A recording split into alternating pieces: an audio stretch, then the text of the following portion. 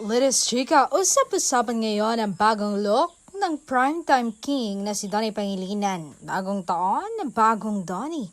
Ayon sa mga ulat, ito ang kauna-unahang pagkakataon na ginawa ni Donnie Pangilinan ang ganitong estilo sa kanyang buong career.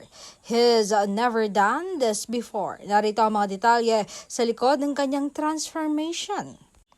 A bold move. Kilala ang matini idol na si Donnie Pangilinan sa kanyang Boy Next Door imahe.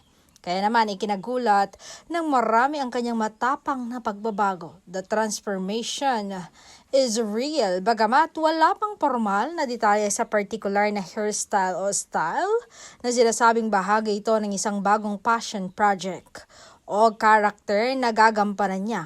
Fan reaction, hindi magkamayaw ang mga netizen at Bablis or Donbell fans.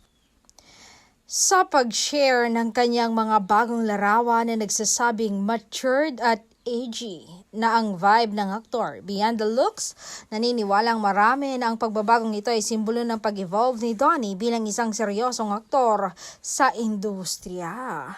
At bulong-bulungan sa online world na may malaking teleserye siya ulit.